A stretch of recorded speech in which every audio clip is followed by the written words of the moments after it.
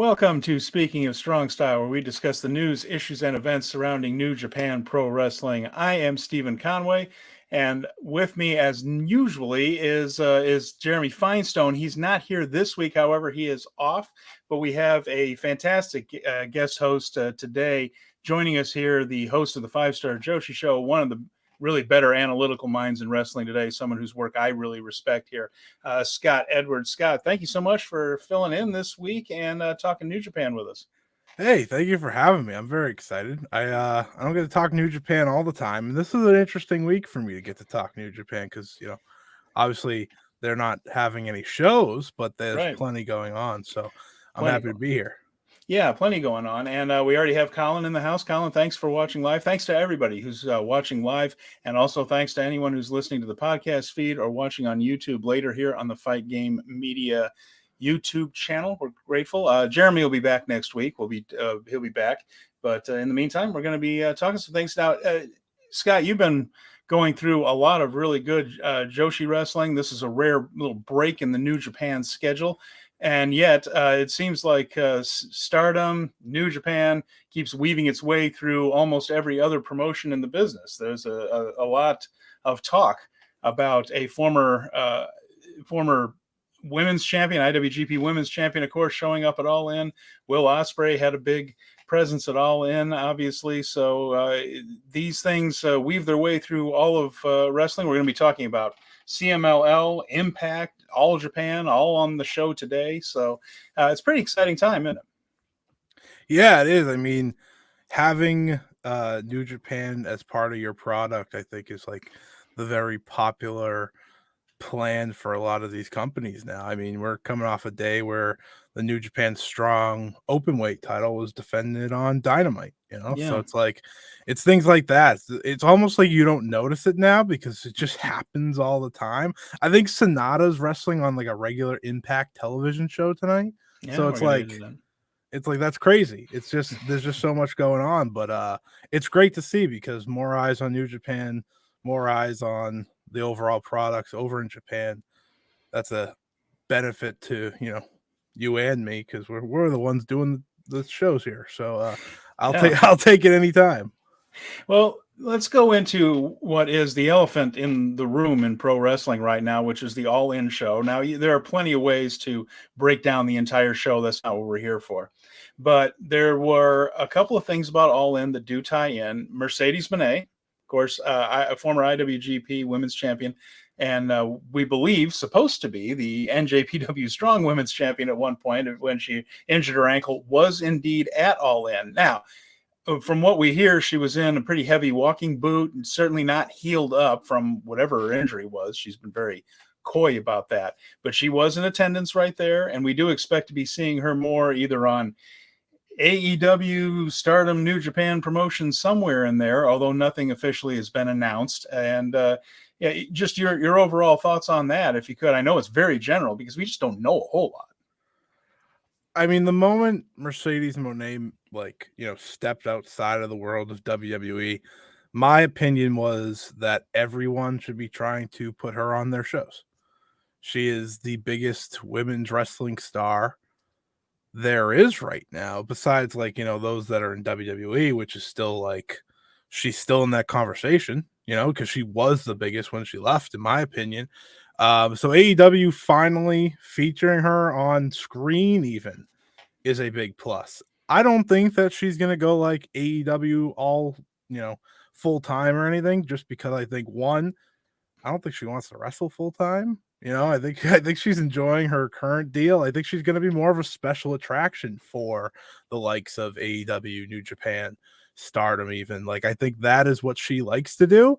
And she's making a lot of money doing it. So why would you change that and wrestle on a weekly basis? Unless that's what she wanted to go back to, but I just don't see that happening. Well, there's obviously a lot of money in being a Brock Lesnar or Edge type of worker these days, and companies are willing to accommodate that under special circumstances. Not everybody can get that deal, but Mercedes Moné isn't any other star. She's basically the kind of female star that could. get something like that. So yeah, I wouldn't be surprised at all either, Scott. If she didn't go full time anywhere and just took those special bookings, one a month, one every other month, or something for big shows, big money, and I wouldn't blame her for doing so. The only thing too with AEW is I just find it hard to believe, and we'll see. It's a challenge for her to come back full time with Vince McMahon in charge, because he's the reason she left in the first place, or his regime and his style of booking. And there were a lot, to be fair, there were more reasons than that, probably named Laurinaitis, but anyway, but not all those people are there.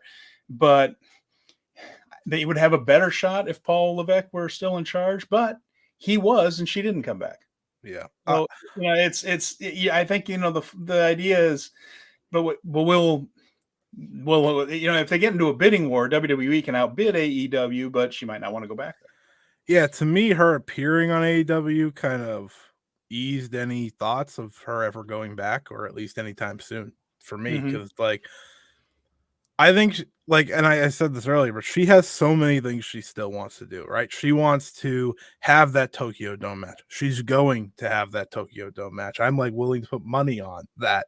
I'm not a betting man, but if I was, I would put money on her being at Wrestle Kingdom and wrestling. They're setting up that match with Giulia. Obviously, that is I think that's as locked in as any match could be for someone that hasn't wrestled in months. And I think this is just good news. Now, I said this, and I'll say it again. If you're bringing in Mercedes Moné into your product, if you're AEW, everything has to change, because you're paying her top money. She's not going to be the top paid woman in the women's division. No, she's going to be top 5 in the company if you're bringing her in any form. So you're going to have to give her the time to tell whatever story she's going to tell. We know, or we've at least heard rumors that her match at Forbidden Door was supposed to be with Saraya, who is the current AEW Women's World Champion. Saraya, it's starting to click in my head of why Mercedes may be coming in sooner than not. I mean, Tony Khan just said that he would like to have Mercedes Moné on this Wrestle Dream Antonio Inoki show that they're doing. Well, it says tribute to Antonio Inoki. I don't know if it's really an Antonio Inoki show. It's a little puzzling. We'll talk about that in a minute. Yeah, because it's I can't imagine everything working out for him on that show or anything. But yeah, we'll talk about that, like you said. So.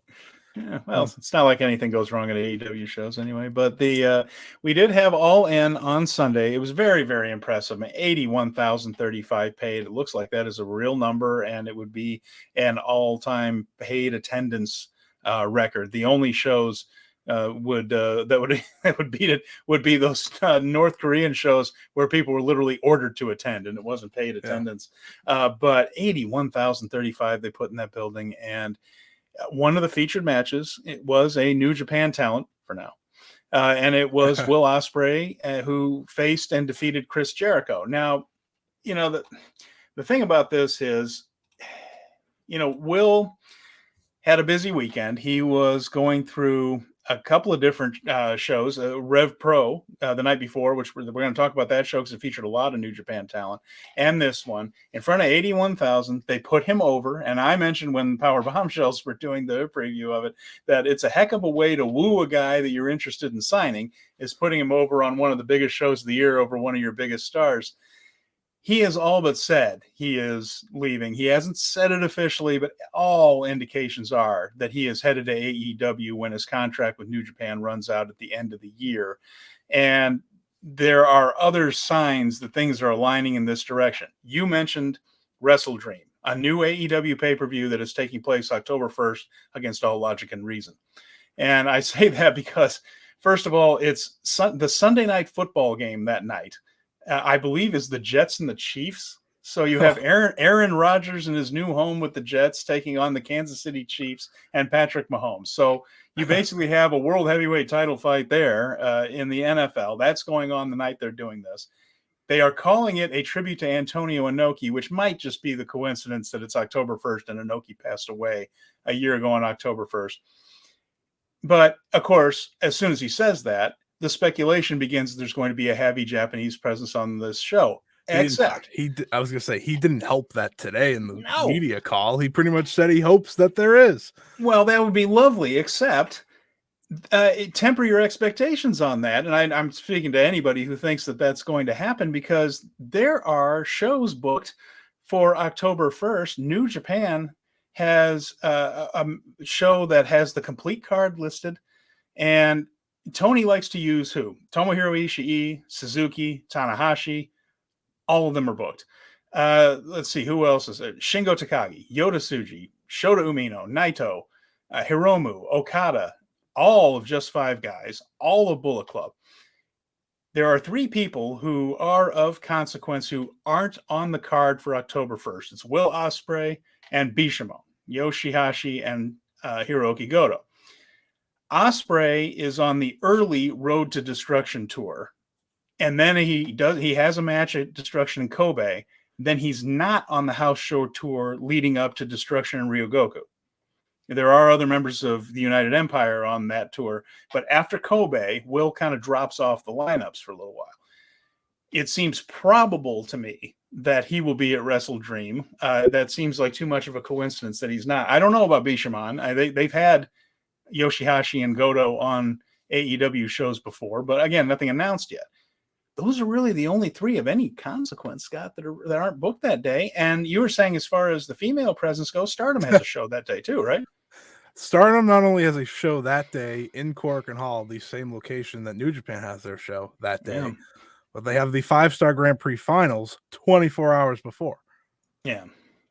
So I mean, who? So again, we're talking people of consequence that aren't in the 5-star. There are a few, because Stardom's roster is so deep. But you tweeted out a picture of Tekla earlier. If someone's going to go from Stardom and be on this show somewhere in some form, even if it's just maybe face an AEW star like Athena or something like that and lose, or Statlander or something, Tekla would probably be a choice, who's somebody that they could spare for the night. That would be my top choice. I think it makes the most sense in terms of someone who not only speaks English and can kind of build that match a little bit, just by sending in a promo.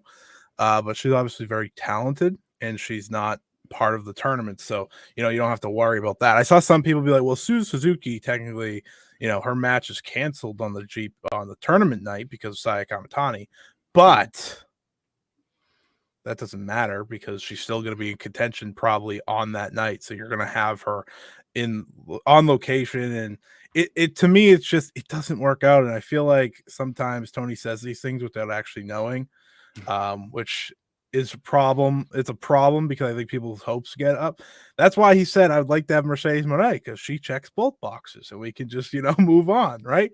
I just want to say on Ospreay, before we kind of move away from that, I'm not saying it's contract tampering, but the nicest thing I've ever seen someone do for a person that doesn't work for their company is give them a premier singles match in an 80,000 fan arena in their home country and a win. That's probably the nicest thing I've ever seen happen. So I'm not saying it's tampering, but it's a very, very, very, very nice gesture ahead of his free agency. But I look forward to MJF versus Will Ospreay and at Revolution or something, because I can't imagine him staying, just because I think they're going to get the Brinks truck, they're going to get another Brinks truck, and then be like, hey, you want this? Here you go. And I can't imagine him saying no. Yeah, I agree with you. And he's all but said it. And we're going to get into some of the reasons a little while where it's incredibly difficult for New Japan and Stardom to get and keep some of these foreign wrestlers. But you're right. I mean, I just thought if he beats Chris Jericho, he's definitely going, and it's probably already been decided that he's going. And of course he did. And again, it is possible that New Japan could pull people off of that October 1st show there at Korakuen, but New Japan really doesn't like to do that. That's kind of a WWE thing with the bait and switch, and that's something that the Japanese companies in particular, really everybody except WWE, really tries hard to avoid doing, is advertising, hey, buy your ticket and see these people, and say, oh, well, you're not actually going to see those people. They hate that. And so I don't think you're going to see some big announcement from New Japan saying, well, actually, Okada is not going to be here. He's going to go over to it's just not the way they do things. No. And so it would be incredibly rare if something like that happens. So again, Bishamon and Ospreay, and Bishamon is booked on the October 3rd show, which is possible. Plane ride, not a lot of fun. You probably have to drink some of that really good canned coffee that they had over there and get over that jet lag before going to the ring. But it can be done.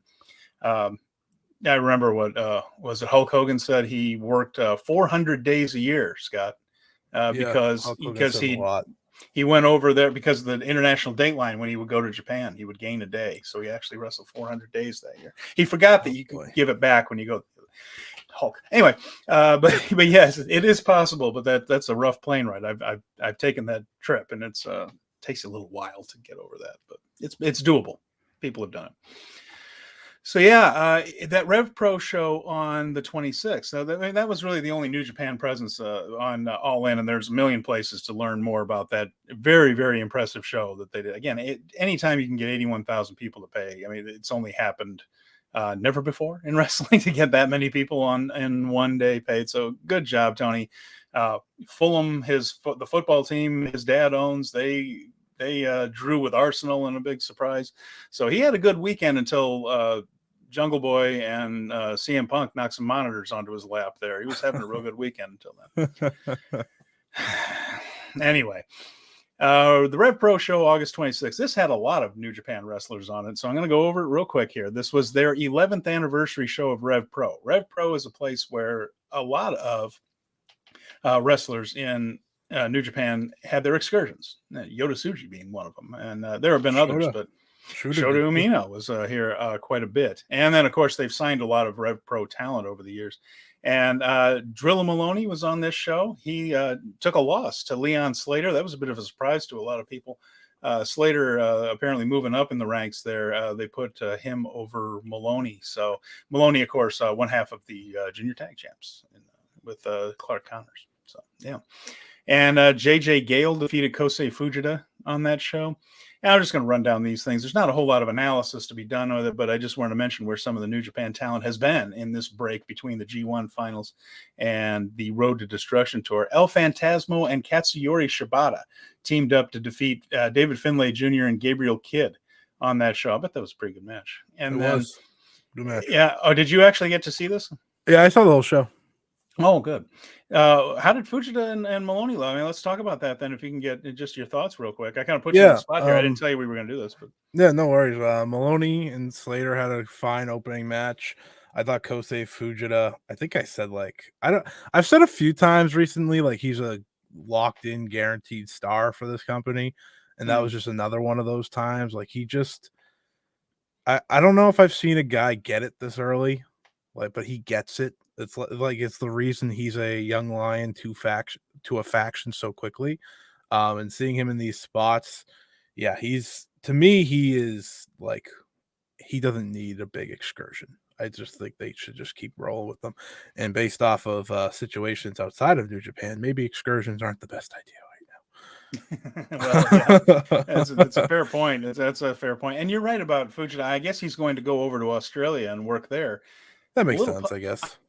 I suppose, but they don't do a ton of shows over there. I don't know. I have a feeling we might be seeing him back a little quicker than most young lions anyway. I think that's very, very possible.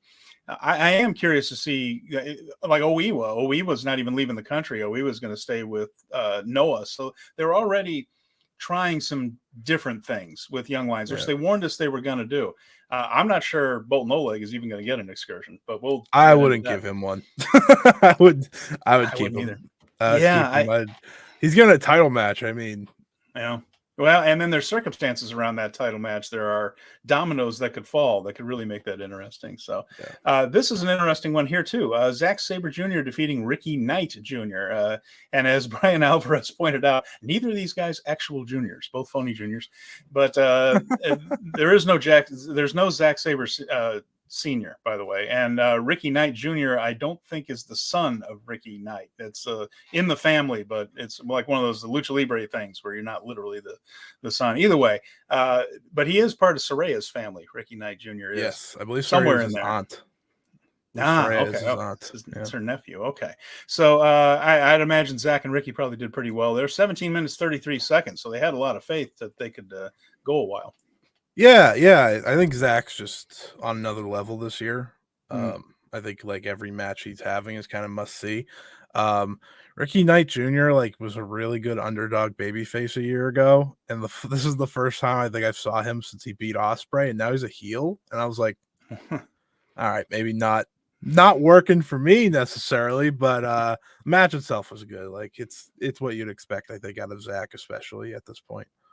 Now, the next two that we're going to talk about are basically in competition from everyone I've heard. It's either this one or the main event or the best match on the show. Tomohiro Ishii defeating Luke Jacobs in just under 18 minutes. Ishii, we've talked about him. He has an Ishii match in the same way. Well, it's very different than, but in the same way that a Ric Flair match hits certain notes. You know you're going to get those notes, but you don't mind because you love the song so much. Right. Ishii has a match like that. It's an Ishii match. And I heard that this is yet another example of Ishii taking a guy, having an Ishii match, and everyone just loving it and being into it at the end. Was that your impression also? Yeah, I mean, I think Luke Jacobs is excellent. He has, and I'm not saying he is him, but he has young Walter vibes.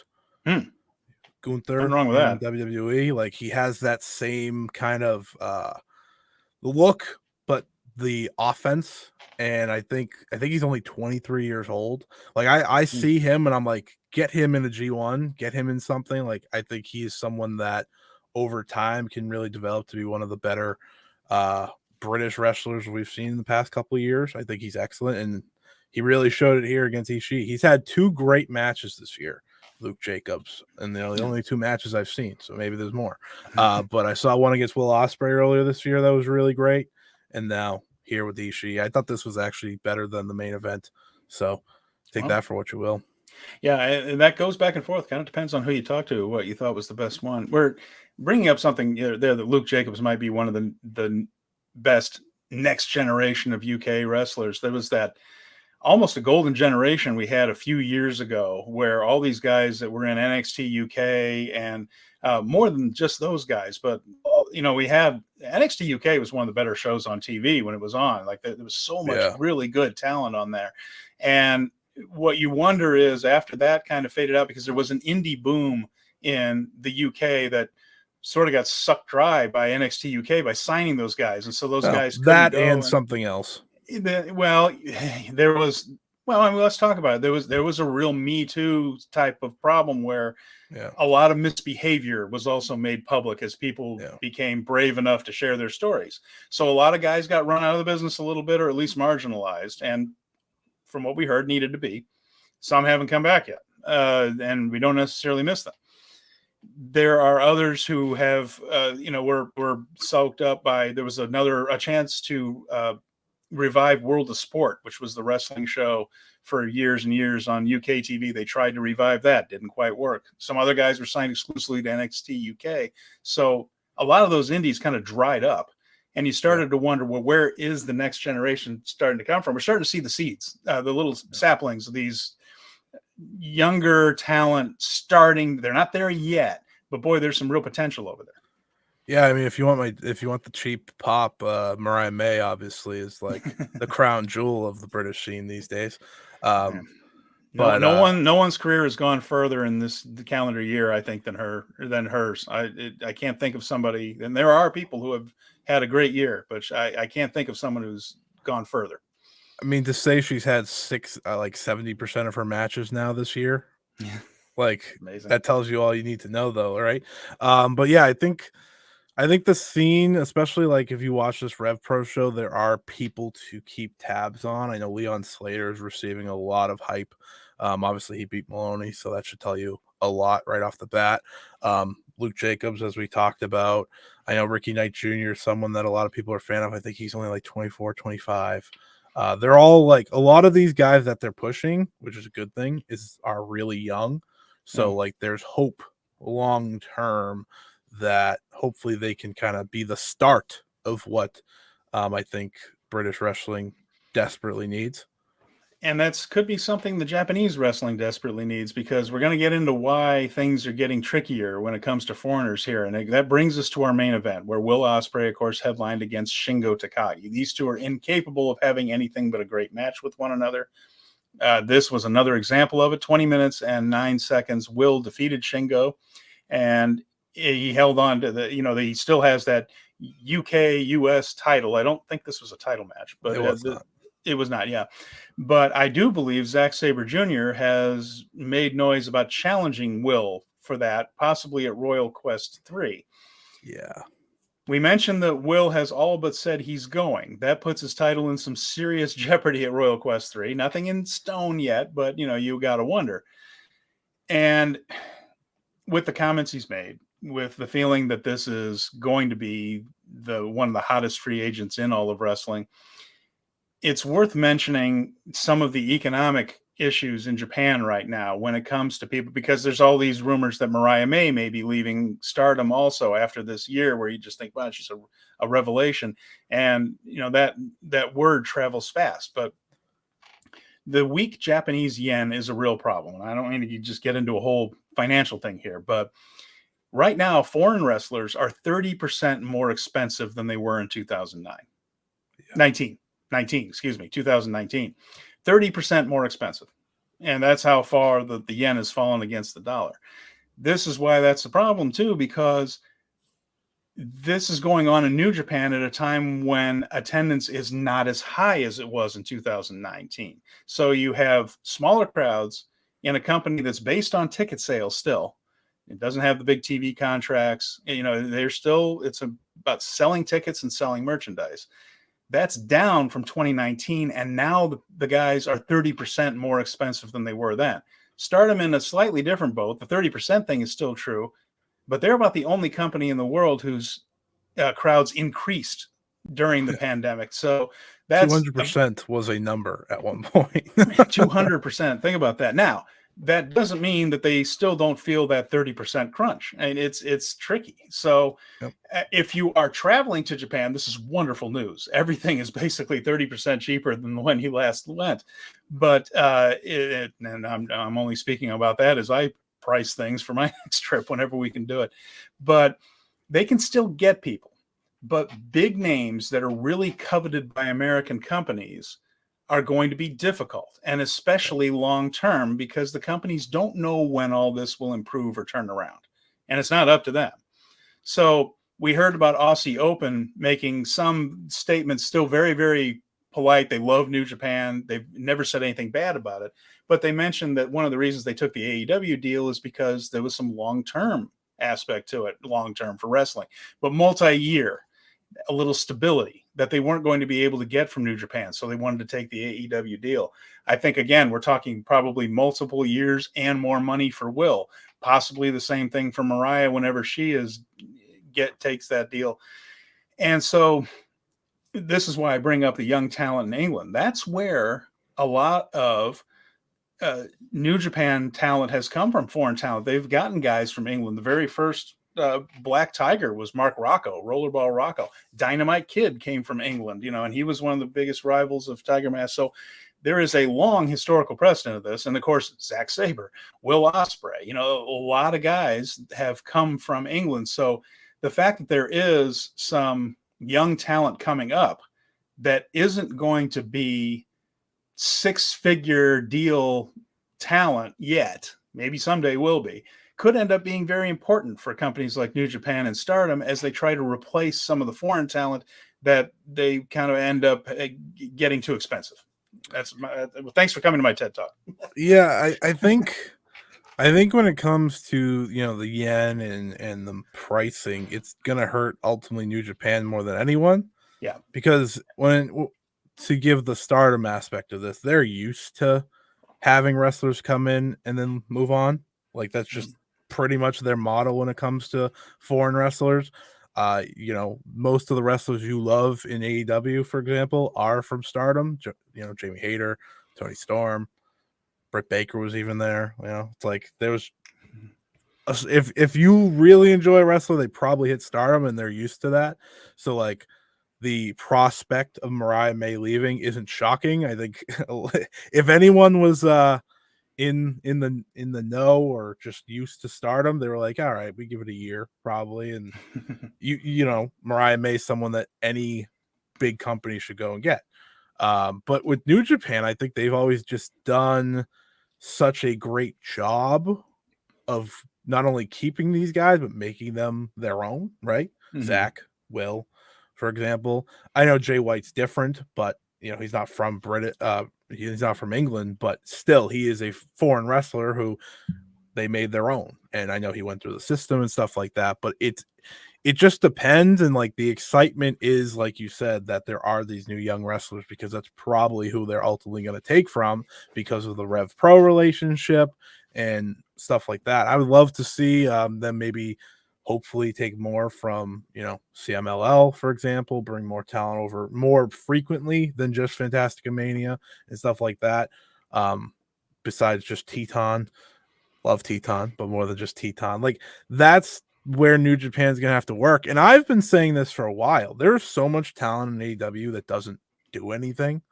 Yeah. That I think there should be eventually like kind of that work together where you can send over a Keith Lee for, if he was interested, of course, but you could send over a wrestler like that for 3 months and they can have a whole tour and a whole story, and then they can go back, right? Lance Archer, I'm pretty sure would love to be in New Japan right now, right? Yeah.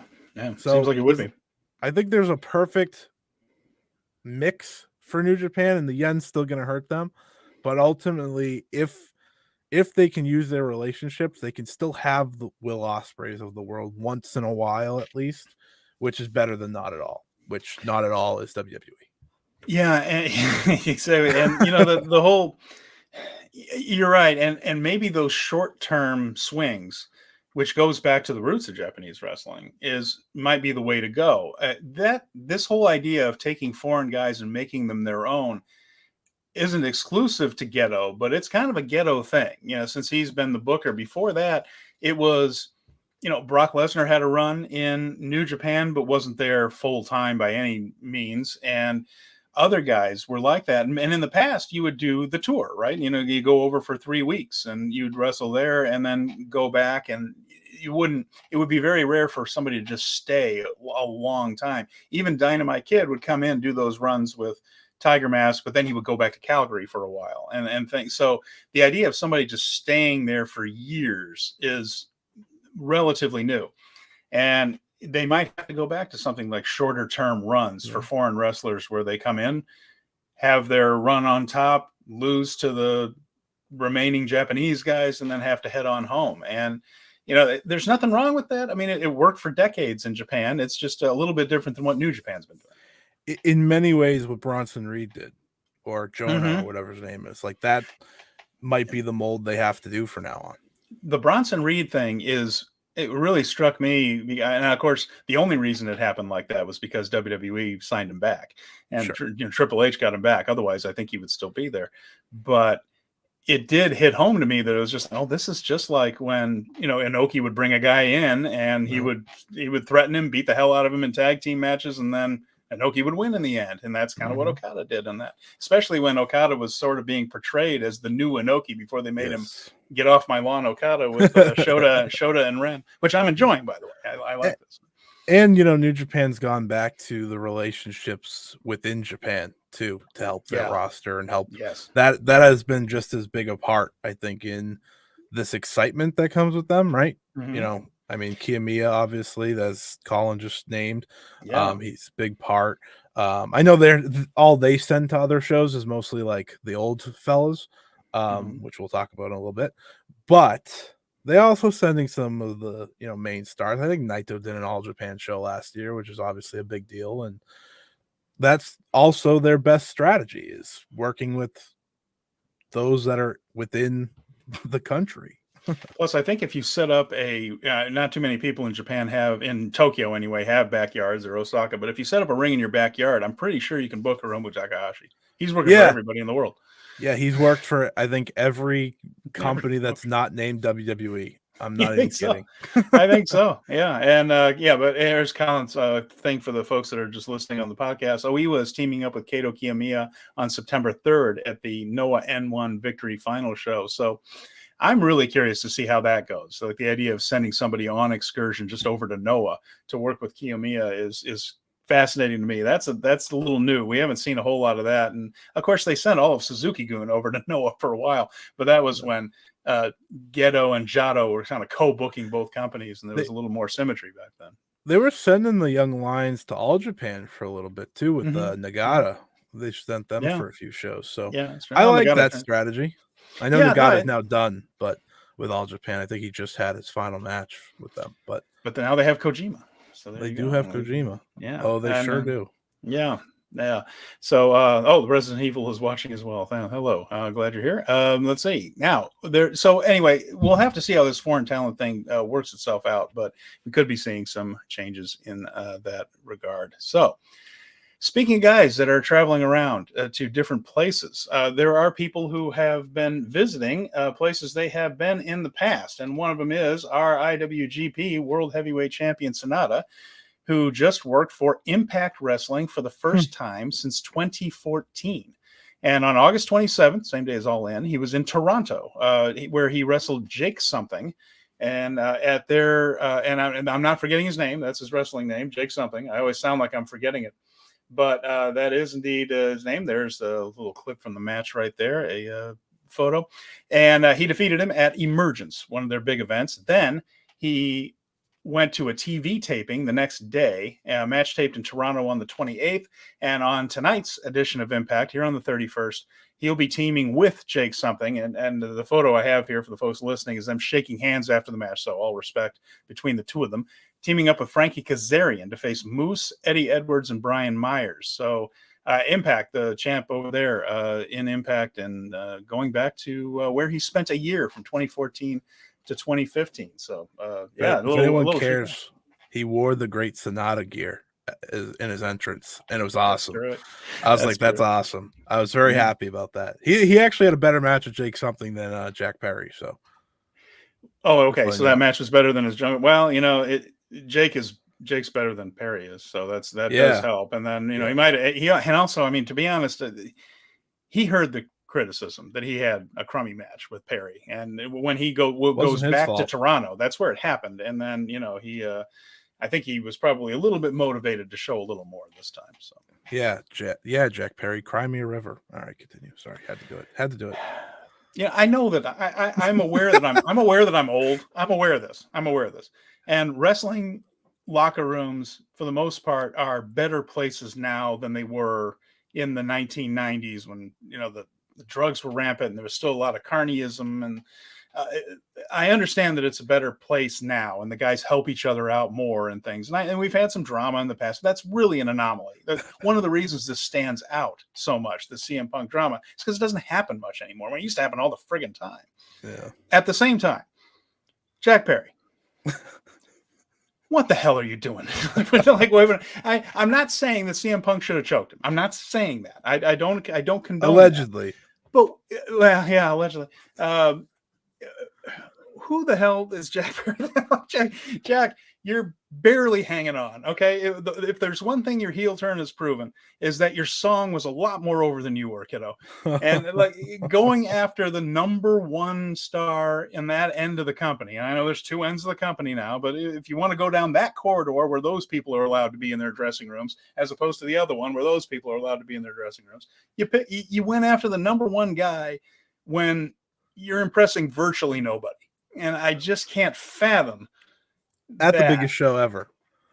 And you're going to get and again, if CM Punk attacked him physically backstage, shouldn't have done it. At the same time, shut up. Just shut up. Do your match with Hook. Try to get through this, because right now you're impressing no one with this heel run. And just, man. Do you remember when it was reported like some wrestler was like, I went home in a bad mood from work or something a few months ago? And I remember saying, that's definitely Jack Perry. I remember vividly saying, do he hate CM Punk? And I feel pretty right about it all this time later. Right. But back to Impact. Yeah, okay, sorry, back to Impact. Didn't they just announce Ospreay too? Did they? They announced Ospreay for Bound for Glory. Bound for Glory. Oh my goodness, that I honestly hadn't heard that. I'm sorry. I Yeah, apologize if I missed one. He's checking off all the boxes before he signs an exclusive deal. Yeah, that's probably a good idea. He's not going to be able to do a whole lot more of that after this, although certainly AEW is a little bit more lenient than the other guys up there in Connecticut. But still, by the way, SANADA, this isn't quite him going back where he was on Excursion, because it wasn't really an excursion. He had been in Wrestle One, which is a now defunct promotion. That he was part of a mass exodus from All Japan, which is where he comes from, and they've talked about that he was a Muto student and all that in All Japan. And he was part of a mass exodus, though, when Nobu Shiraishi became the president of All Japan against the wishes of just about everybody who worked for the company. So then there was a big mass exodus from the company. They formed Wrestle One, Muto did, and he brought SANADA with him and things. They worked with Impact and TNA, including getting a TNA title shot, and they were still TNA then, with AJ Styles when AJ was the champion. So they ended up bringing SANADA in to TNA for about a year, and he even traded the X Division title with Austin Aries, if you remember old Austin. And here's a picture of SANADA. It's a little small, so I will bring it there we go. There he is. The old school SANADA, very colorful and with the blonde hair, and not a SANADA we would imagine these days. Was that Saya SANADA, or was he Saya SANADA? Yeah, Saya SANADA. Sorry, Saya SANADA. He has a lot of names that it's like they didn't stick like SANADA did. No, they did not stick like SANADA did. You're right. I need to get that banner off the screen here. I'm not. Yeah, see, this is why we need Jeremy. He's better at this than I am with that. There we go. Now we can see us. But yeah, there's SANADA back in 2014 when he was the X Division champion. Saya SANADA. What a star! Look at that X Division title. Looks like the NXT title. It does look like the NXT title. It really does. Giant X in the middle. That's an old school one right there. That belt looks totally different now, I think. So. I'm sure it does. There we go. So, I just thought that was amusing to bring that one up. And someone else who's been traveling. Now, this person did go back to where they were on excursion. He's been back a few times, though. But Hiromu Takahashi has been in Mexico since the 21st, as it turns out. And he spent his excursion there as Kamaitachi. And that was his masked character's name. And as a matter of fact, I have a photo of Kamaitachi. And, well, no, see. Oh, jeez. Sorry. I'm such an amateur at this. All right, here we go. Kamaitachi. There we go. Now we got the photograph up. There he is. There's Kamaitachi. Look. Yeah, it's got a really... So, Kamaitachi, this is a mythical Japanese creature, kind of a Japanese chupacabra, so to speak. I got this from Wikipedia. They appear riding on dust devils, and they cut people using the nails on both their hands like sickles. Ugh. So one would receive a sharp, painless wound. That's what a Kamaitachi does. So there he was. That was his character. And it's interesting. El Desperado, when he was over there, his CMLL character was Namahage. And Namahage is also another one of these mythical Japanese creatures. And his purpose was to admonish laggards who sat around the fire idly doing nothing, Scott. That was what Namahage was. So Namahage, a Japanese baby boomer, basically. So that was what that's their excursion characters. Anyway, they are the boomers of the demon world. But anyway, Hiromu went back and spent a week. They've done things like come back, the LIJ group, for a big Friday show at Arena Mexico. They've done that a few times. Right now, CMLL is booming on these Friday night shows in Arena Mexico. They're getting something like up to 15,000 people on every Friday night. So it's a booming business right there. And they brought in LIJ a few times over the years, but he was there. He'd been in Puebla, Guadalajara, as well as a couple of different shows in Mexico City. And on the Super Viernes, the big Friday shows on the 25th, Hiromu Soberano Jr. and Titan defeated Atlantis Jr., Mystico, and Volador Jr. in a trios match.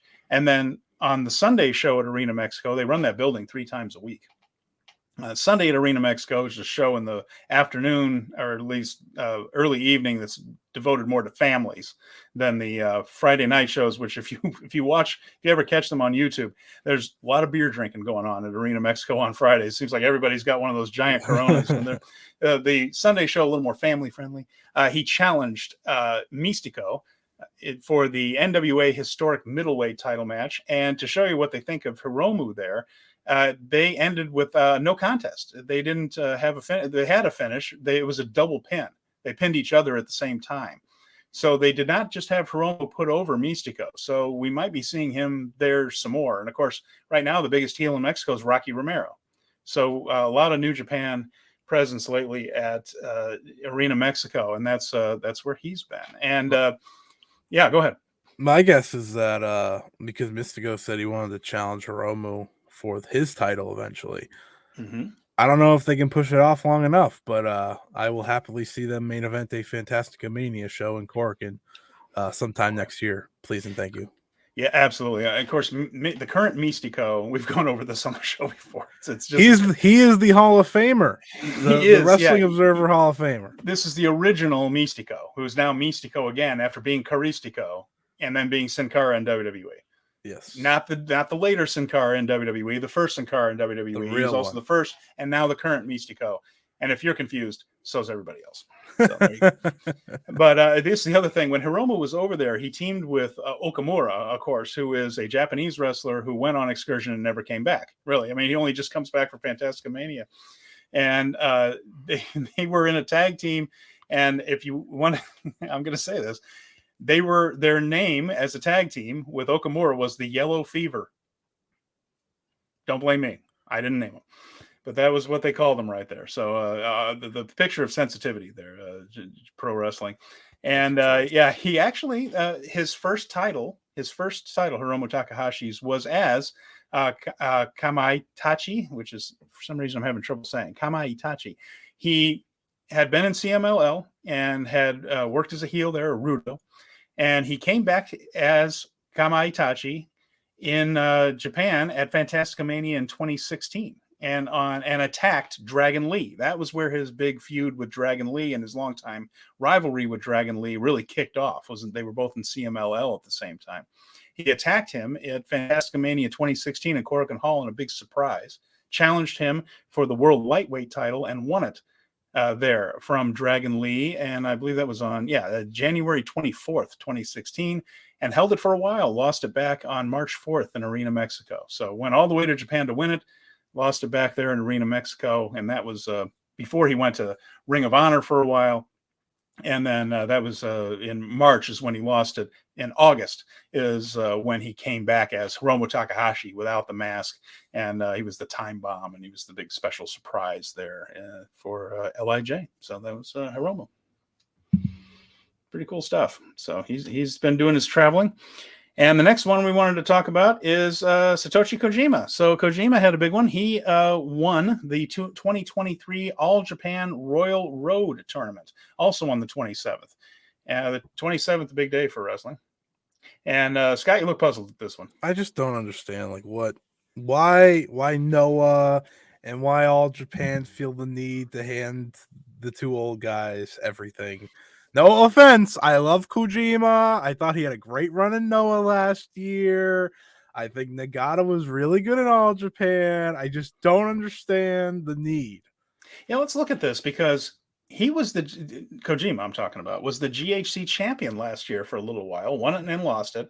Then he goes over to All Japan and wins this tournament. This is like their New Japan Cup. This is a single elimination tournament that they have. And of course they have the Champion Carnival as their version of G1.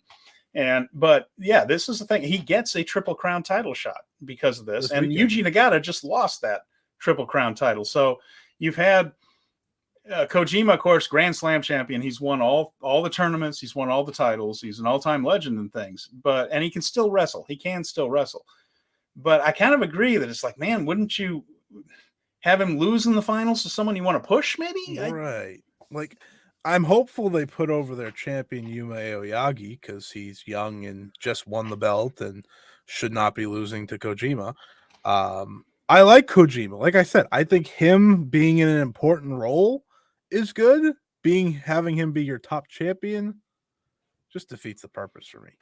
It is puzzling, and he defeated Ryuki Honda in the finals, and he defeated Suji Ishikawa earlier in the night. Semifinals and finals were the same night, so he beat 2 All Japan guys in the same night to win this thing. And now I guess he's going to get a Triple Crown shot. So yeah, quite a lot of accomplishments in the last couple of years for him. Now he has a long history with All Japan. He left New Japan for All Japan, and let me see. I'm going to look this up here. About 2002 is when he left. So this was when Inoki was still in charge of New Japan, and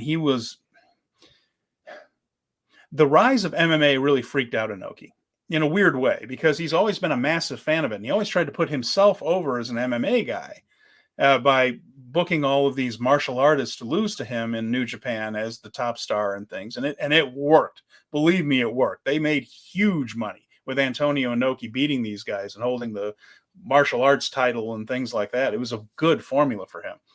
But when things like Pride, K1, UFC in the United States started coming up, Inoki started melding a lot of MMA into the New Japan Pro Wrestling, thinking that the traditional worked pro wrestling wasn't going to cut it anymore. And what you got was a mishmash of things that nobody liked.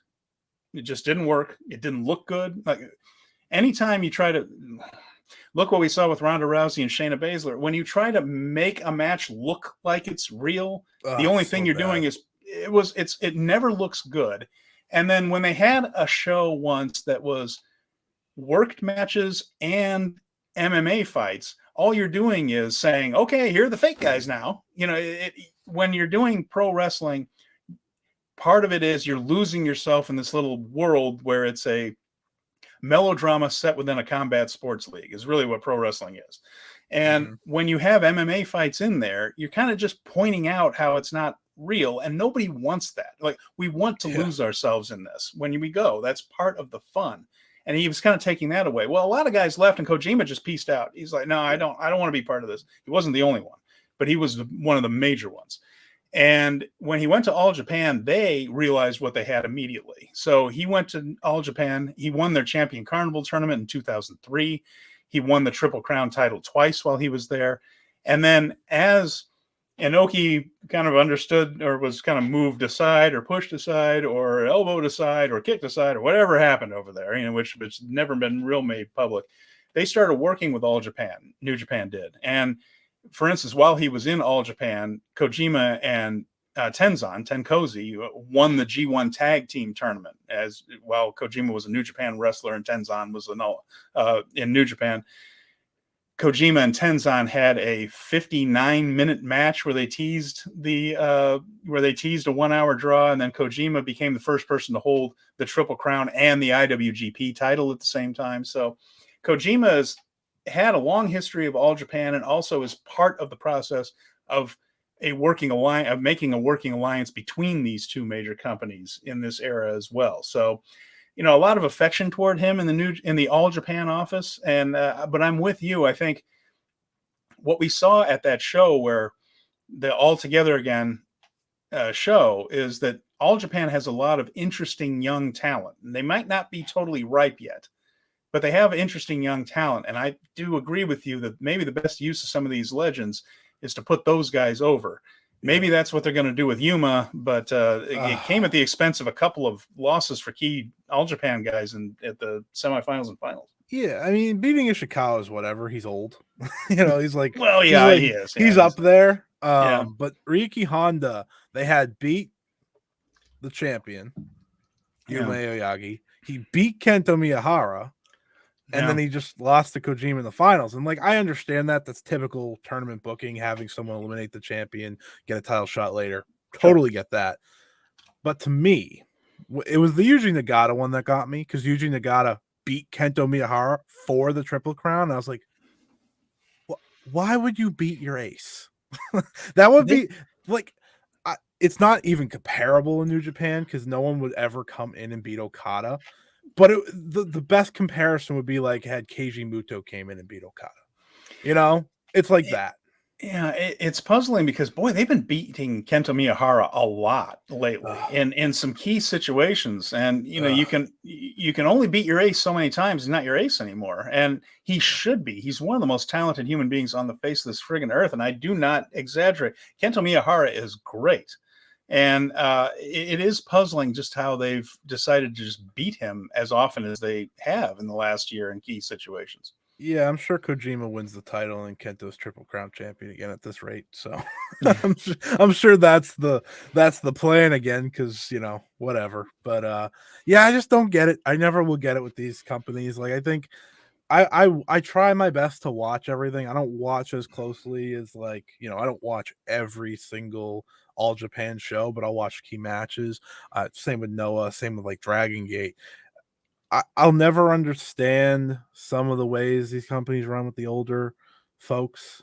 I mean, as someone who watches Stardom, I complain about one older person winning, and they're not even winning like that important of a match most of the time.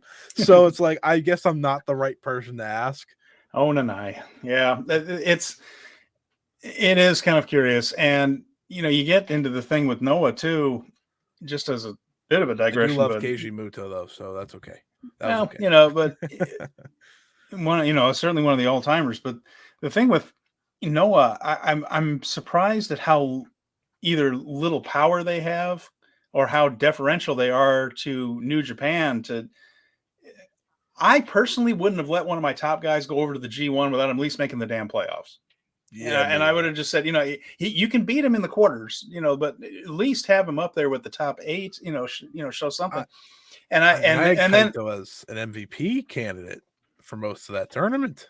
oh, he was terrific in that tournament. And then when they have done these joint shows, man, it's just New Japan guy over, New Japan guy over. Like, no, when they had that big thing with the Muto retirement show, such as it is, the first annual retirement show for Keiji Muto, but Yeah, he's done but well so far. He's done the well so Naito, far. well, yeah, he's lasted longer than Cactus Jack did. That's fair.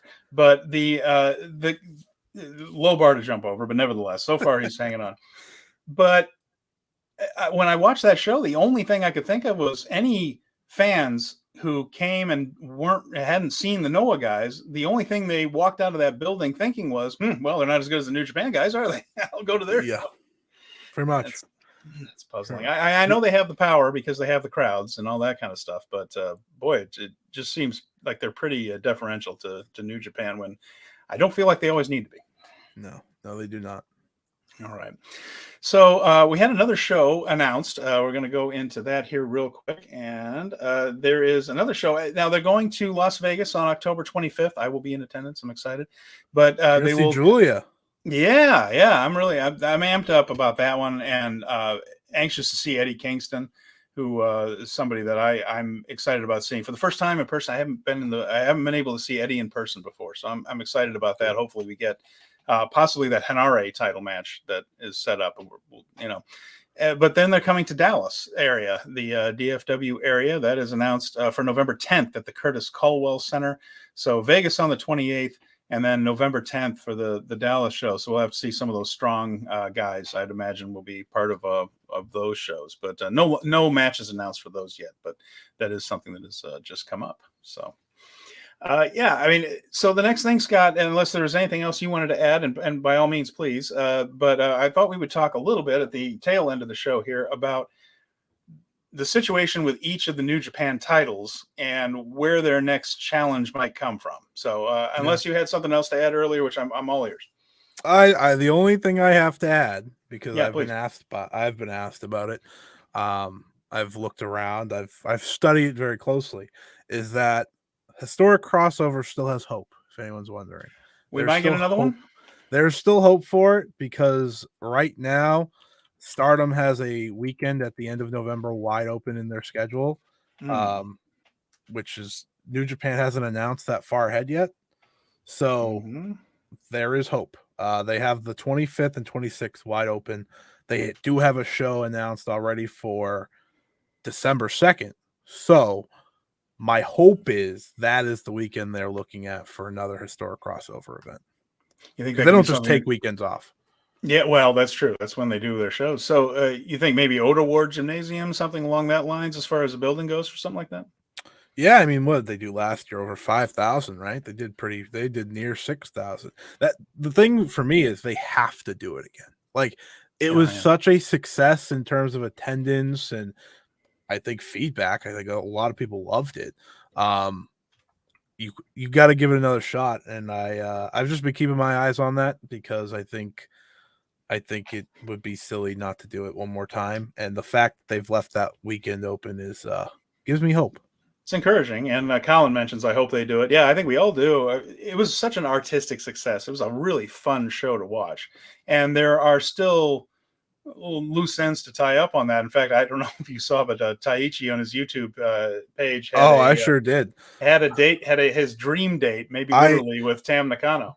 I posted a tweet about it. Oh, did you? I How didn't see. how I'm sorry, I didn't see it. well, no, because this is the thing. I think it ended up with like 1,000 likes and so many dunks on Taichi because Tam Nakano pretty much said, "Yeah, I'm good. I love pro wrestling," and I was like, "Oof, that's tough, Taichi," which was very funny. I was like, "See, Tam's just a real wrestler." She's like, "My first love is wrestling and my fans," and I was like, "Damn." Sorry, man. You tried. It's a tough one. Taichi shoots for the stars, though. I mean, when your last girlfriend was a Miss Universe contestant, I mean, Miho Abe. I mean, it's tough. There aren't too many places to go up, but Tam was one of them, and he He's tried. breaking up. He No blessed his world heart. champion. No world champion for him. And by the way, if you've followed Miho Abe's Twitter account, don't do it at work. Things have gone a little strange. Things have gone weird over there. So I don't think we're going to be seeing her in New Japan anytime soon. Anyway, but yeah, that was one, but very entertaining. By the way, his dream date with Tam. What was it? A sea otter date? Is that the thing? Yeah, it was something. All right. Taichi, what are we going to do with you, buddy? Love you. One of the more creative people in pro wrestling, not just with the YouTube feed, but also with some of his stipulations for King of Pro Wrestling and all that. I've really enjoyed Taichi's work for the last year, and I enjoyed this too. So, but yeah, we got some title matches to talk about. So let's go ahead and do that. And so we're talking about. We'll just start at the very top. We have a lot of these matches. We are going to be taking place at the two biggest Destruction shows. We're going to break this down with Jeremy as well next week and get his thoughts on them. But we have Destruction in Kobe and that's September 24th, and then Destruction at Ryogoku, where they come back to Sumo Hall.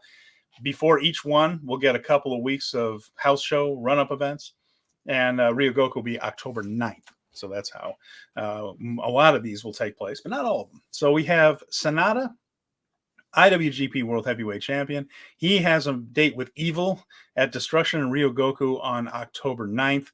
And just got my thought on this one is, that I have been vocally unimpressed with Sonata's run as IWGP World Champion. And Evil was the last guy that had an unimpressive run as the champion. I don't see this as anything as a stopover on the way to Sanada versus Naito, which is the big money match they have to do with the LIJ connections here. So to me, I don't see any way Evil comes anywhere near that title. In my opinion, anyway, I don't see Sanada losing before the Dome. But change my mind. Your thoughts on it? Do you agree, or where do you think this one's going? I do have a hot take please. For this, and it is that I think booking this match is very smart. Okay. Because there's one heel here that I think can really aid Sanada in his route to the Dome, and that is Evil. Because the one good thing about Evil, and listen, I know a lot of people hate House of Torture, especially Western fans hate House of Torture. They do their job very well. They do exactly what they're supposed to do. And when they lose, it's some of the best moments of the tournament, of whatever it may be. And I think ultimately this is a great, I don't want to say dart throw, but it's a great attempt at trying to get Sanada some steam behind him ahead of Wrestle Kingdom, because he needs it. He does need it, but I have to say that I agree with you on House of Torture, and this is something that I have done begrudgingly over the last few weeks. Not that they're starting to win me over, because I don't think this is something New Japan does well, the ref bumps and the interference and things. Especially because there doesn't seem to be a line. Like there's blatant use of chairs and weapons in other matches where the referee doesn't seem to mind, but for some reason for House of Torture we have to do awkward ref bumps to get to. Anyway, it's not consistent. However, here's what I can't deny. This is a company that is supposed to be selling tickets to people in Japan. And the people that bought tickets at the end of G1 were into this stuff. You can't deny that those reactions were pretty loud toward the end. I think what may have happened is when House of Torture was competing for the trios titles, when they're competing for low stakes stuff, I think the crowd was just like, ugh, I don't need this, because they're waiting for a big main event match. Well, when the stakes are high, now we're talking about the G1. Now we're talking about the Tokyo Dome main event. We're talking about the world title. Suddenly that stuff takes on a little more heat.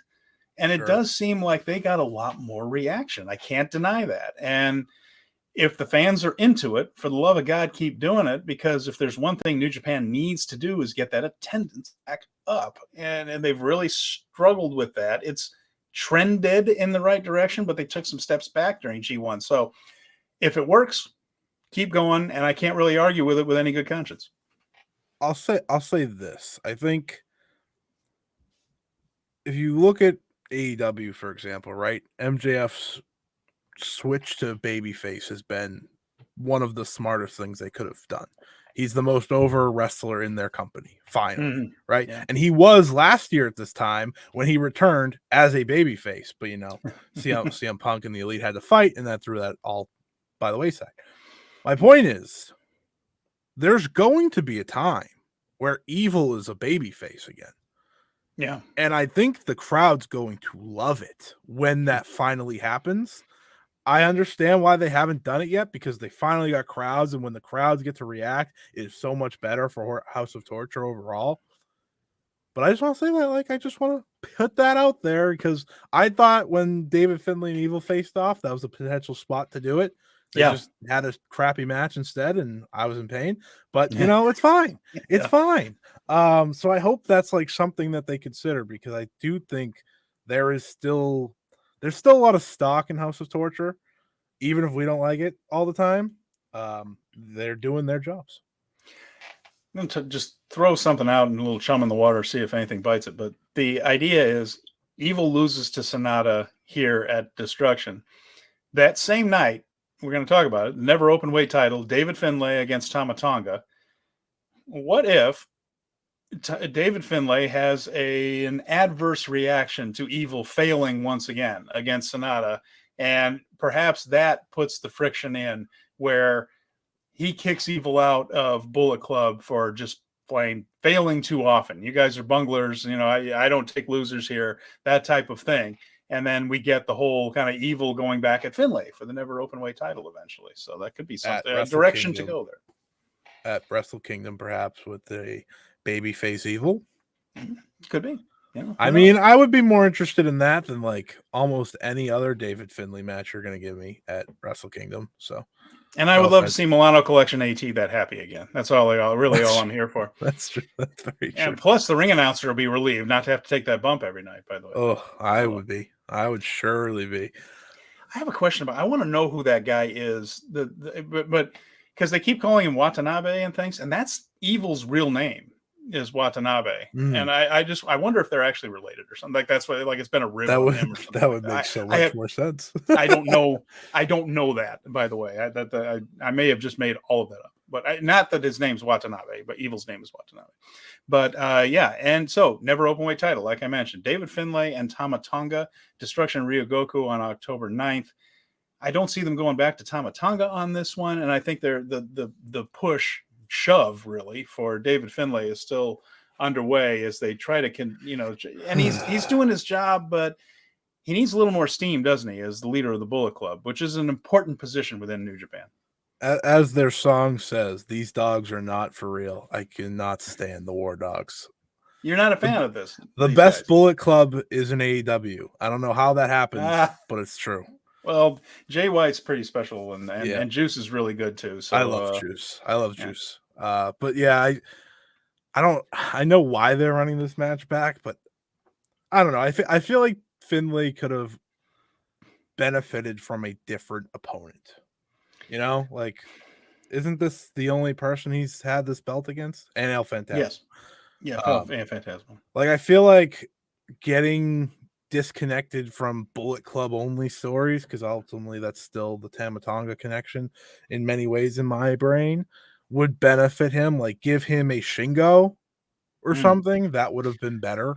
But that would be a good thing for Shingo to do. Also, that's also. I mean, I mentioned the evil thing, but again, I don't have any inside information. They're going to switch evil after this, but Shingo would be a good dome opponent for Finlay, just as somebody who could have a hell of a match against him and put him over. That might help David Finlay a lot. Shingo in that spot. Whatever means I don't have to see Shingo in the Rambo, I am in for, because I'm terrified of that. He's way too good for that. We've seen Ishii stuck in that for a long time, but especially when it's a one night Wrestle Kingdom, somebody really good is going to end up in that Rambo because there just aren't enough slots there for everybody. But I agree with you. I think that Shingo would be a better use of that. So now, an interesting one here is the US/UK title. Now, this is how the designation on this is funny. It is the US with UK in parentheses title. Now, and we have a match for it at Destruction in Kobe. Will Ospreay against Yota Tsuji. We mentioned that Zack Sabre Jr. has made overtures about challenging the winner at Royal Quest 3, which is going to be in London on October 14th. So, both he and will have title matches. We're going to get to Zack's here in a little bit. So I kind of feel the real match for this belt is that one against Zack at Royal Quest 3. So I feel like Ospreay is going to win. Yota, I feel like his push is coming, but I think he's going to keep hitting his head on the ceiling there until some of these main event guys kind of clear out of the company, because I don't see them putting him over Will here, and he keeps kind of getting to the precipice and losing. I had originally pitched Yota Tsuji, Will Ospreay for Wrestle Kingdom. I thought that would have made so much more sense. Will's on his way out, drops the belt there. Tsuji's a star. Then they did it here, and I was like, "Ooh, okay." I think Yota Tsuji definitely loses again, which is tough for him because I don't think he should be losing this much. Like, I just feel like the way you debuted him, he should already be at the top, truthfully. But I mean, it's probably going to be the best match of his life. That's the one benefit, right? He probably is going to. And here's my one critique of the greatness of Yota Tsuji, because he's been great so far, is that I still think he needs to. And this goes for any young wrestlers. He still needs to put together the longer matches, if that makes sense. Like, he still needs to make them work, because he just does so many amazing moves. And he's facing a guy, I think, in Will, who had to put that together, right? Yes. So it's almost perfect matchup for him to learn that way. Had the exact same journey. Yeah, and I hope Tsuji has a big match at Wrestle Kingdom. I keep looking to Wrestle Kingdom because at the end of the day, that's what all these matches are leading to. Yep. I hope that, the Tsujis and the Shooters, they have something, because it would be a real shame if they didn't. They have to have something. Maybe it's against one another, but Will's got to put someone big over on his way out, and I'm assuming that won't be until after Royal Quest even. Unless he puts over Zack, which would very much confuse me. Just because I feel like New Japan's booking is they have this top foreign talent who puts someone over at Wrestle Kingdom with a title on the line. Kenny Omega, Jay White, Will Ospreay. That's the more traditional part of New Japan right there, is the foreigner losing in the huge match. That's very traditional. That goes back to Inoki. But and speaking of that, Zack's title match, it's against Bolton Oleg on September 8th, Korakuen Hall. So that's going to be the first show back of that tour. Korakuen Hall, Bolton Oleg, Zack Sabre Jr. for the television title. Intriguing, especially if they're going to end up putting that US UK title on Zack. Maybe he doesn't need the TV title anymore. Now, you could go a bunch of different ways with this. Zack has been a brilliant television champion. Just brilliant with this belt. So it's tempting to just say, well, leave it on him because, I mean, it's working like hell. Yeah. The original idea of this title was that the matches were going to be on social media where you could see them and on television and on social media. But it was going to be stated expressly for younger wrestlers. It wasn't going to be an official like under 25 title or anything like that, but that was kind of the idea. Mm-hmm. Question for you. Is this where we see the big trigger? Are they going to put over Bolton Oleg here and really launch this young lion? Are we seeing a new dawn in young lionism, or is Zack going to get the win here? I'm leaning 65% towards Zack, but I'm not as sure as I used to be, especially when I heard about the Royal Quest thing. It would be the ballsiest thing Gato has done. Yeah. In a very long time. It really is. So that means I don't think he's going to do it. I agree with it. That's why I'm 65. I was just like, I think he wants to write it down. Like his pen is sitting there, like to put the little X next to him, and he's like, I can't do it. I don't know how you look at Bolton Oleg and think anything but major star down the line. Like I think he's just going to be a difference maker for them because he's so unique and like he's just a guy they haven't had. A good outing here. That's enough, right? Like in many ways, that's enough for him to get over. And I think he's in there with the perfect guy to help him and guide him through there. I'm really excited for this one. And I was thinking about, right? I was just saying how Yota Tsuji needs to work on the longer match. That being said, what title would maybe be perfect for him to win in the meantime? The 15-minute time limit match. So maybe that's a spot. If Zack were to lose here, which I'm gonna guess he does, I'm gonna guess he does win, and then he just goes into that match with Ospreay as a champion, looking to become a double champion. So do you think Ospreay wins at Royal Quest and carries that thing into the Dome? I do. I think they want to give that big Ospreay Zack match as a one night Royal Quest this year, right? Yeah. Not two. That's right. So far, yeah. So I think that's what they just prefer to do is give that big match because you're going to get the hottest crowd possible for those two in the ring one more time. Because, again, with Ospreay, we don't know when or if that will happen again anytime down the road. And I do think Zack will just go into Wrestle Kingdom with the TV title. I think they give him a year at least. I think I would give him a year. I think he's earned it. Oh yeah, he's the things he has done for that belt. That belt matters. It flat out matters. Like when he wrestled Jeff Cobb for it, I cared. And if you had told me that we're going to create another belt that you care about in New Japan, I just said you're nuts. Half that company has a title, and yet he's absolutely made it work. And it's almost like the New Japan version of Orange Cassidy, who again a place that's littered with belts all over the place, and yet people care about that international title because Orange has done such a great job. Might main event a pay-per-view. Well, he's going to have to, isn't he? Well, they have Kenny. They can always lean on Kenny if they want. Yeah, it cracks me up so much. This is going to be a quick digression on this, but I was just laughing that they obviously half-ass booked this show in Chicago because they were focused on All In. And that in the office they were just saying, well, we're going to have Punk. It'll be fine in Chicago. That was the plan. It was him and Ricky Starks. Yeah, no problem. That'll draw. Well, Punk, it's fine. People will care, and then they'll show up to watch. Watch Punk eat a taco dog in the ring. Yeah, it'll be fine. And then Jungle Boy was a big fan of Justin Timberlake and saying "Cry Me a River" on TV, and everything changed. Oh, Jack, what are we going to do with you, Jack? Boy, he was back to being Jungle Boy in that moment. He and AR Fox are probably in a pretty good doghouse right now. By the way, a side note, I'm hoping that AR Fox, I understand why they're pissed at him. He didn't, if all the reports are that he didn't get his passport ironed out on time or whatever, that was kind of a knucklehead move. Yeah. But I do hope, I think the guy's talented enough that I hope that things die down. They think, just don't do it again. Come on back. Don't do it. We'll see. They'll be on Ring of Honor. AEW NXT.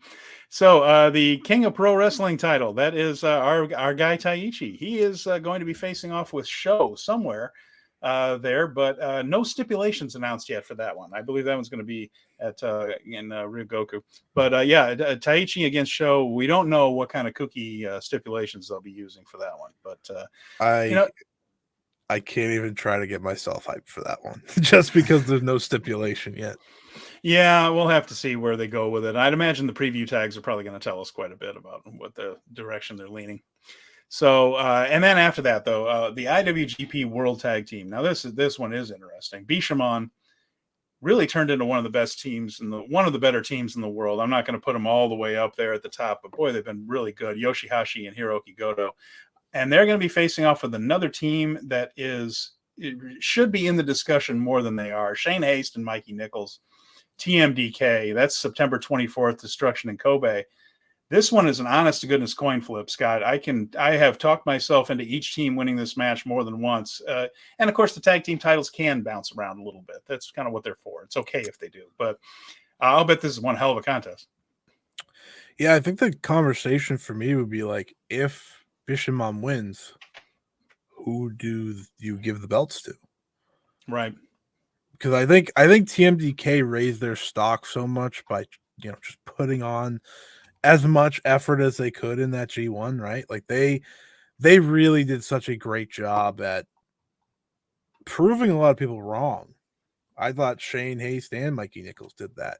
And their last tag match, who did they face? I can't remember. It was so good though. My bad. Oh, was it Aussie Open? It might have been Aussie Open. They had that match. That match was great. Yeah. I would give the belts to TMDK here. Why not? Like you said, like they switch around all the time. Yeah, and part of it is they do like to keep gold in the various factions. So that's the other thing. So Chaos has, that's they've kind of been carrying the gold for Chaos lately. Although they have the trios titles too. So that's is Okada just doing nothing this entire tour? No, Okada's mostly in preview tags, and then they do have a trios title match in there. Right, against the old guys. Yeah. Well, we'll get to that one in a second. But Colin says TMDK need to win this. Bishamon have had their time. And then Flaming Shark. Hey, Flaming Shark, good to see you. Love to see TMDK win the tag titles, but I kind of think they keep it on Bishamon and TMDK get another shot after winning Tag League and win it then. So Bishamon have the spot at Wrestle Kingdom.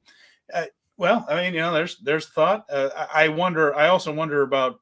I would kind of worry about Kid and Coughlin in the tag league that being getting another push there, but they have the strong title, so I don't know. We're not in the strongest tag team era right now for New Japan.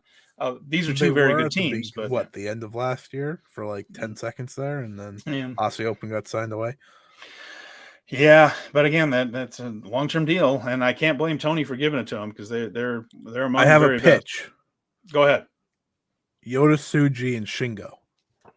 I think that would be a great team. Yeah, I'd be all in on that. I would love to see them team up. And actually, I know that they still want to do things with Naito, of course, and then Naito's going to be main eventing the Dome and may even get another run as the world heavyweight champion, but his future might be in tag teams the way Goto is, because boy, you can work a 15-minute match and work 7 or 8 minutes of it. And that's not a bad deal for someone as banged up as he is in the future too. Him and Tsuji maybe have the young guy kind of lead the way. Him and Hiromu even. I wouldn't be upset with that at all. No, that'd be fun. That'd be the biggest draw of a tag team. Oh goodness, yeah, that would do very, very well. Yeah, so there are a lot of directions that could go. Speaking of those trios titles, we have Tomohiro Ishii, Hiroshi Tanahashi, and Kazuchika Okada, and now they have a challenge like they have never seen before here, Scott. I don't know how they're going to manage to retain. I'm just going to put SANADA up there for this one, but here we go. We have the challengers: Tiger Mask, Hiroshi Tenzan, and Togi Makabe. Who you got in this one? Okada in 2 minutes. I almost got through that one with a straight face. What the hell are they going to do here? Like Okada in 2 minutes would be the best option possible. That would be like he just like walks in there is like, really, really, this is what we're gonna do. Okay, I left Yoshinoya for this. Yeah, I can't believe that this is the match. I don't know where this came from. This really just looks like it's dropped out of outer space. Because I mean, Tiger Mask has done nothing but do jobs, really, or be a guy in matches for a long time. Same with Makabe. Tenzan kind of sort of got over as kind of a nostalgia thing, but he looked terrible. I mean, he literally cannot run. He is the worst of the old guys because he can't move. Yeah, Nagata and Kojima are good wrestlers still to this day and can work, but all the nerve damage and just the injuries that have piled up with Tenzan, I don't get this one. But so I wish they put Honma in this. At least I've seen Honma have like a good match of the past couple of years. Like, this one's puzzling, but there it is. So then it's going to be the junior heavyweight title. So coming off of, by the way, Colin Matthews says have Shota Umino and Ren Narita win the tag league. I think we're more likely to see a big grudge match at the Dome between those two than anything else. But I will say the funny someday, by the way, that's going to happen. By the way, they're going to be tag team champions together. Oh yeah, the funny thing about that trios match, is that Okada went from being the get my kids off the lawn to being the kid of the match now. Oh shit, he's gonna be the youngest guy in that match by a lot. He's gonna be by like a decade at least. Oh, that's too funny. I always said that my whole thing about the angry Okada is that his wife had the baby around G1 in 2022, and that he probably hasn't had more than 4 hours of sleep since. He's just pissy. That's always been my theory on Okada. So coming off the angle at Multiverse United and the All-Star Junior Festival, our man Hiromu here has a title match set up. So they did 2 nights worth of stuff to kind of set this thing up. Mike Bailey won the Junior Festival tournament, the little 4-man thing they did there. So he challenged Hiromu, and then Leo Rush made the challenge the following night. We're going to get this one at Destruction in Ryogoku on October 9th, and that's probably going to be phenomenal. As of January 5th, 2024, they'll probably be my 2 favorite foreign wrestlers in New Japan. Because I don't expect Ospreay to be around anymore. This should be great. Yeah. Like what a nice surprise. What a way to use the Multiverse United shows to book something. Right. Yeah, no, I was impressed with this, especially because I thought All-Star Junior Festival was just a mishmash of things. But to come out of that thinking that I was going to see Mike Bailey and Hiromu, I wasn't going to complain about that either. If it were just one-on-one, you throw Leo in there and, take my money. I'm good. I'm happy. Yeah. Ryogoku, October 9th. That should be great. Another one that night is the junior heavyweight tag titles, Drilla Maloney and Clark Connors against the Jet Setters. That's Kevin Knight and Kushida, Destruction in Ryogoku on October 9th. I don't expect Kevin Knight and Kushida to win this thing.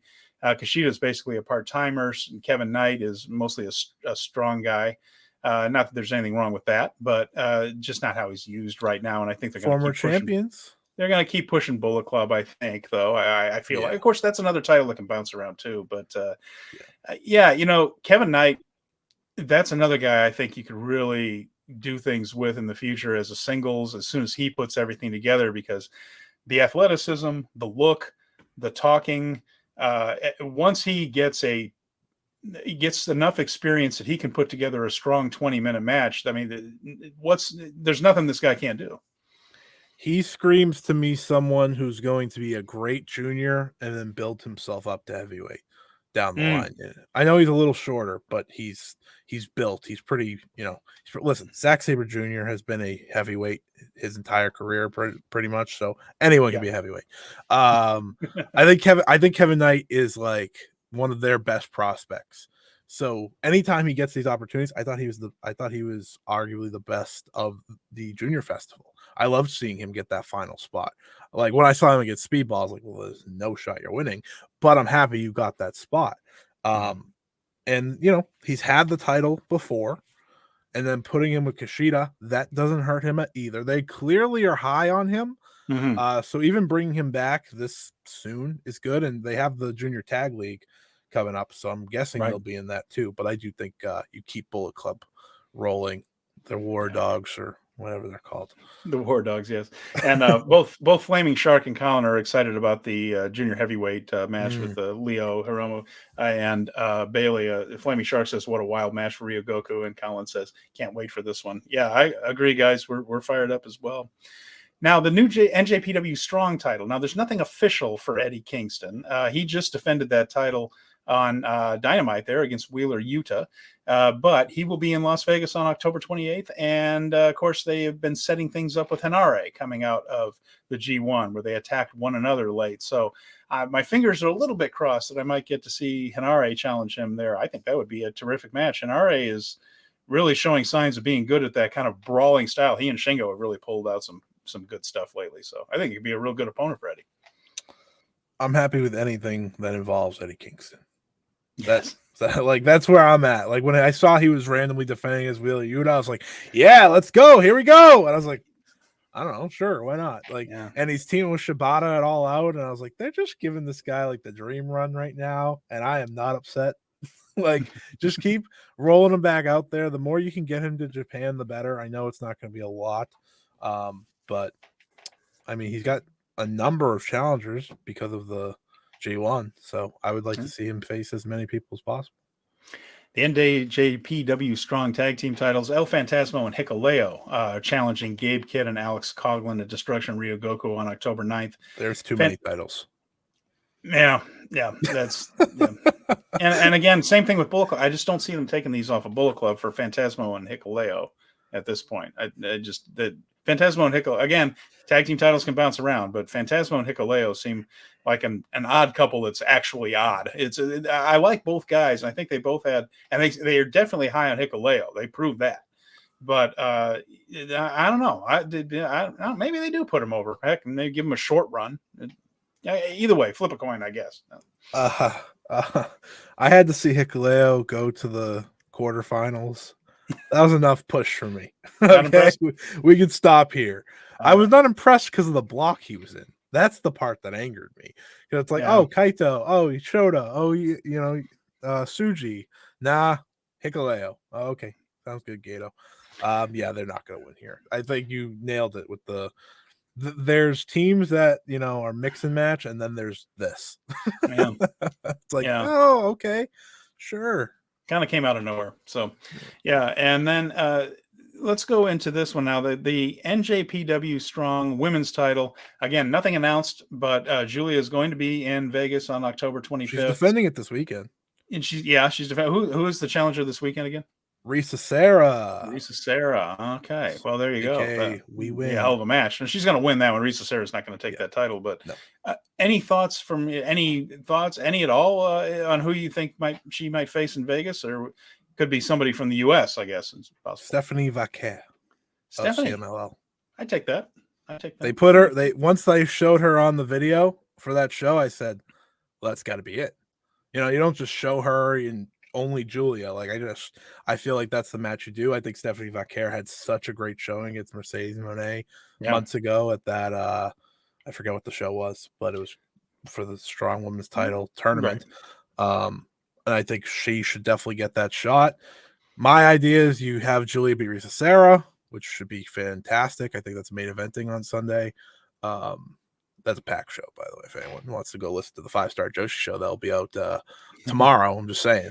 Absolutely. I previewed the show. Yeah. I think Stephanie Vaquer, and then maybe finally, hopefully, we set up Mercedes Moné, but maybe there's one more defense before that.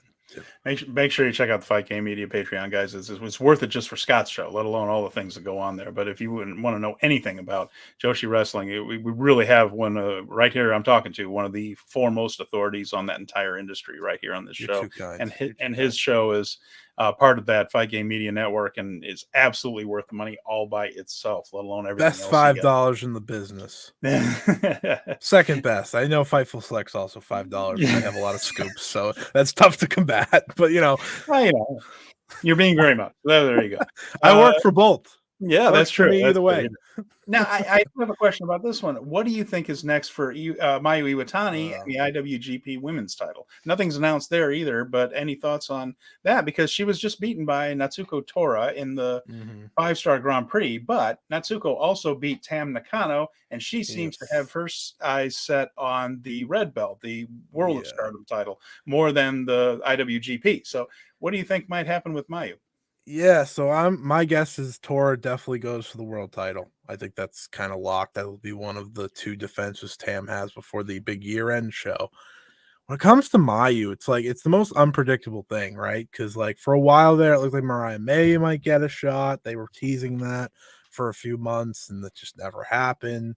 Mayu's also lost to Natsupoi. That's a match that I think you would be so smart to put on any card, because I think Natsupoi is someone that any fan can get into because she's such a good baby face and she's just obviously a fantastic wrestler. I was thinking about Poi real quick. Poi, I mean, it just certainly she has the fairy presentation and the Bai Poi thing that everybody likes. By the way, Shinobu Kandori doing the "What's Bai Poi" thing was great. That was so going right along with it perfectly. But she's almost like Stardom Shingo Takagi, is that she just has great match, and you can make her a champion, but you almost don't need to. But she's just somebody that every single time Shingo Takagi gets in the ring, I'm paying attention, and she's like that for Stardom. And Stardom has a lot of great workers, but that's kind of that spot where you're just like, any poi match, I end up leaving thinking, man, that might have been the best match of the night. She just does it over and over again. Yeah, she is, and not to take this over with full-on Joshi talk, but I'm here, so it had to happen. Yeah, I know. To me, like, I think she is getting set up to take over for Tam when she ultimately moves on from. I mean, Tam said she was going to retire 3 years. She said 3 years or 2 or 3 years ago she was going to retire in 2 years. She's now world champion, so I don't believe anything Tam says. But eventually, I think Natsupoi is going to take on that huge role of filling her shoes, and I think she is as perfect as anyone to take on that role. Like you said, a Shingo Takagi comparison is perfect. Obviously, they're very different style wrestlers, but they have the same mindset of, you put them out there in a big match, they're going to not only deliver, but probably steal the show 9 times out of 10, and that we've seen that in the 5-star Grand Prix. But back to the Mayu thing, like, it's very unpredictable. I think she defends it. If there's a historic crossover show, that's probably her next defense. Yeah, and she could probably headline it. Yeah, and she could probably headline that. Yeah, yeah, unless they somehow put Mercedes and Giulia on there, which I would highly doubt. But they could if they want to main event that show with them. That does feel like the Dome, though, doesn't it? It does. It does. It would be silly if it wasn't, unless they have multiple ideas in their mind for Mercedes, which I hope they do. Still, sure, even if that match is at the Dome. But for Mayu, if it's not there, it's going to be the year-end show, Dream Queendom, because that's their second biggest show of the year, much like we saw with All-Star Grand Queendom earlier this year. There's still a lot of room to make opponents, and then there's, she did draw with Tam. They could just, if they wanted to go crazy, Rossy Ogawa's one to go crazy. They could always just go for another double title match. I wouldn't do it, but it would be one way to get rid of the IWGP title if you didn't want it around anymore. We're still trying to figure out why there are 2 of these, aren't we? We never really did. We never really figured out why there's 2 of these NJPW women's titles. So so there we go. All right, well, that's a possibility, and we'll have to see what they end up doing with it. A couple of comments here I do want to get to because our folks are here. Flaming Shark, Kevin Knight, definitely one of my favorites of the recently-ish Young Lions. Definitely Gabe Kidd and Tsuji are my favorites. Okay, fair enough. They've both been really good. But Knight looks really good whenever I see him. Yeah, he's special, and he's got a lot of potential. He also said they threw Hikuleo a bone because they knew the other young guys will be fine. That's interesting. I'd like to say Hikuleo isn't young. He's like 34. Well, the other thing about Hikuleo is I think they want to make him another Bad Luck Fale type of guy who is big. No, but hear me out on Fale. The thing about Fale is his size, which you can't teach height, right? Yeah. His size is such that you can make a believable case for him beating anybody. So he's almost like a wild card thrown in. And it's also, when you do that, it means something when you beat him. Yeah, and that was what Fale always had in singles matches. He spent a lot of his time in tags, but they always took care of him in the G1. He often, when it was an 8-person in a block tournament and things, he would score double digits in year after year. They took care of him there so that his losses meant something, or somebody would beat him by count out instead of by pinfall. So it's just like they made him into a difficult mountain to overcome. I think they want to do that with Hikuleo, just because you don't have too many physically imposing guys, although Bolton Oleg could be one of them. So it's just my thought on Hikuleo. Yeah, I think Bolton Oleg kind of, and I hate to toss this name around because it's such an unfair comparison, but like, he could be New Japan's closest thing to like a Lesnar in terms of a freak athlete. So, well, and the thing is, he's at a much higher level as a wrestler than Brock ever was. I mean, Brock was a national champion. Bolton Oleg, I think, still today is ranked in the top 10 at 125 kilograms in wrestling. That's incredible, by the way. That's nuts. So there you go. And Flaming Shark also agrees with you on Vaquer. Had a great match with Mercedes. I'd be down with that. So, yeah, maybe that would be a nice showcase for her. And that's something that, that CMLL isn't known for great female workers. But Stephanie seems like she could be a real outlier and really kind of step out of the shadow of some of the, Yeah. I will say the one interesting thing that I've noticed, it seems like the strong title is for outsider talent, no matter what. Because even when Giulia is defending it in Japan, it's people that aren't signed with Stardom she's defending against. You That's was true. the first person. Now it's Risa Sarah. Neither of these two are signed to the company. Momo Kogo is different, but Deonna Purrazzo, Giselle Shaw, right? And Willow Nightingale was champion. Should be. I like to bring that up, like the weirdest title reign ever, right? Giulia beat the AEW talent for the title, and then she defended against the Pro Wrestling Eve champion, then she defended against Impact. Now she's defending against Prominence, and then eventually she's going to defend it against Mercedes Moné, possibly CMLL. So she's doing a lot of great things with it, and it feels like the IWGP is more Stardom talent. That's it. Yeah, seems like it has been. Well, it certainly has been so far. So there you go. Yeah, Two other things that have been going on here. The title shot briefcase. Tetsuya Naito and Mm. Jeff Cobb. That's September 24th, Destruction in Kobe. And then they're doing a special best of 7 series. Master Wato, Shota Umino, and Yuji Nagata against Strong Style, Ren Narita, El Desperado, and Minoru Suzuki. That begins at the Blue Justice show in Chiba on September 10th. And wouldn't you just happen to guess that that is probably going to end up 3-3 going into Destruction in Ryogoku? I'm just throwing that out there as a possibility. Crazy idea. I don't know why you think that. To set up this whole thing where Shota Umino as a new generation Nagata Suzuki is two guys who can't be in the same building without fighting, like CM Punk in the locker room. So there you go.